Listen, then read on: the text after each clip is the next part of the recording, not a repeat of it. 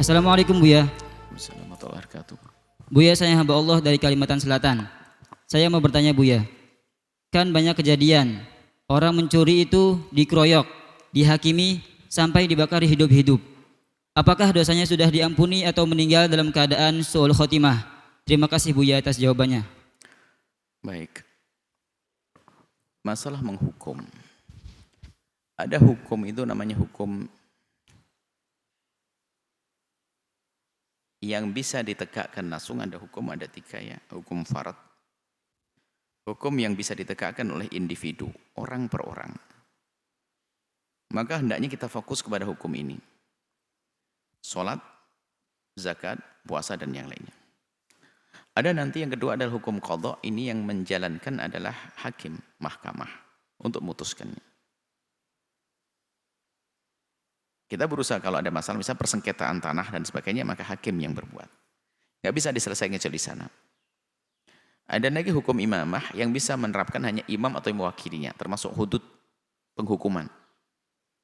Ini adilnya, indahnya dalam Islam. Maka kasus pencurian dan sebagainya itu yang menghukum adalah hanya imam atau yang mewakilinya. Maksudnya adalah yang berwajib.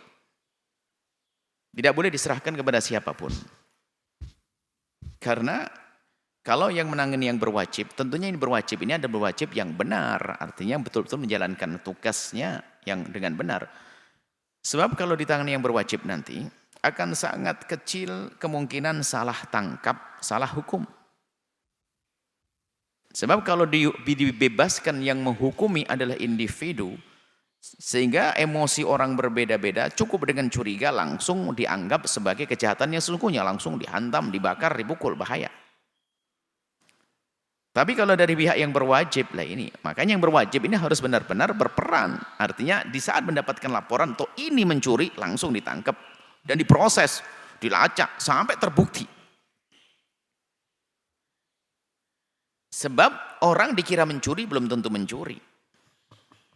Bisa jadi orang lain yang menitipkan di tempat tersebut karena nakal. Kan kisah pada zaman Nabi.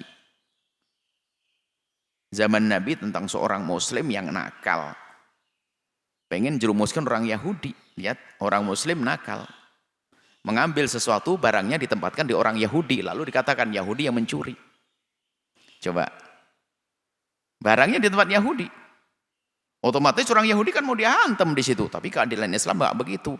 Dilihat tanda-tandanya seperti apa, terbukti. Rupanya Yahudi tidak mengambil. Muslim yang mengambil diletakkan di situ. Dihukum orang muslimnya. Coba, itu adil Islam. Bukan mentang-mentang Yahudi langsung harus dihukum. Enggak. Jadi siapa yang sesungguhnya? Jadi hal yang semacam ini mungkin saja terjadi. Bukan mencuri, tapi telah dijebak agar dianggap sebagai pencuri lalu dihukum. Bisa jadi semacam itu. Makanya hukuman-hukuman hudud, haddus sariqati, haddul qatl, haddul zina dan sebagainya, itu hukum-hukum itu yang menegakkan adalah pemerintah. Kita mengusulkan. Kita menangkap orang tersebut, kita serahkan yang berwajib biar diurusi. Maka kami himbau dari yang berwajib, pemerintah pun harus serius dong menjalankan tugasnya. Jangan seenak ibadahnya, harus serius semuanya. Baik. Jadi jangan tidak dibebaskan siapapun. Hati-hati. Maka kalau kita menemukan kejahatan-kejahatan yang sifatnya hukumannya adalah hendaknya dilakukan oleh pemerintah, kita jangan gampang menghukum, menghajar orang dan sebagainya. Kenapa? Takut salah. Dan banyak kan berita salah itu. Hanya karena kebetulan bajunya sama, mirip-mirip, tatonya ditangkap dia, tidak ngerti apa-apa, terlanjur dihajar dan sebagainya. Kan dosa gede ini. Hati-hati.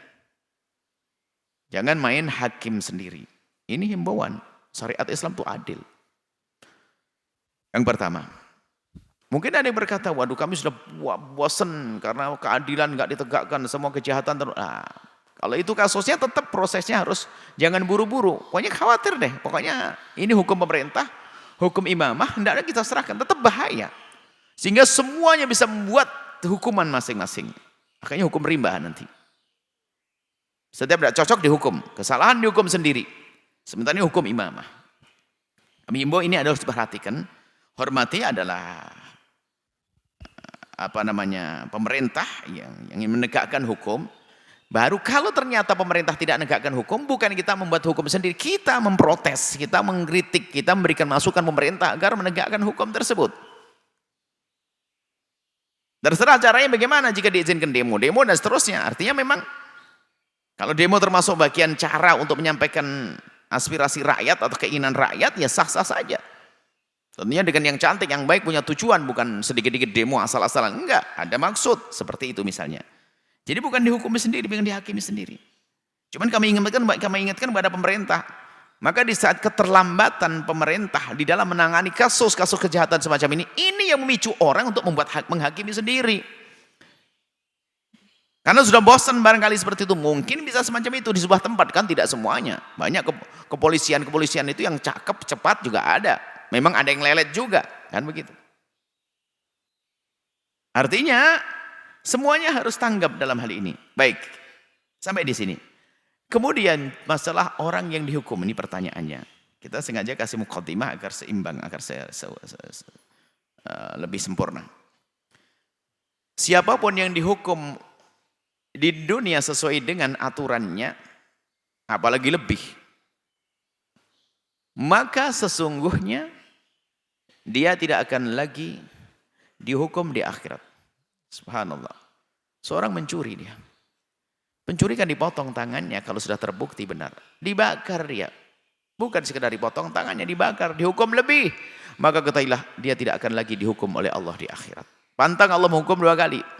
Bukan mati sangit, bukan mati su'ul khotimah, enggak. Asal dia ahli iman. Dia dihukum seperti itu. Termasuk orang yang dihukum rajam saat berzina. Ada pada zaman Nabi orang dihukum rajam karena berzina. Sahabat Nabi tertawa, ada yang menertawa ngejek. Mati dalam keadaan dirajam karena zina. Nabi marah. Nabi berkata, kalau seandainya ditimbang kebaikan tobatnya orang ini dengan amalnya ahli Madinah, niscaya lebih unggul ini. Tobat. Maka kalau sudah dihukum di dunia, itu kalau memang sesuai dengan syariat, maka hapus dosa akhiratnya. Nggak ada lagi. Kalau kurang, misalnya kan harus potong tangan, kan begitu. Karena mencuri misalnya, hanya di penjara, ya dikurangi dong dosanya. Karena sudah di penjara dikurangi. Allah pantang menghukum 2 kali, seperti itu. Yang sudah dibakar seperti itu, ahli iman, ahli Allah, dihapus dosanya. Maksudnya dosa tersebut diampuni oleh Allah Subhanahu Wa Taala. Karena apa?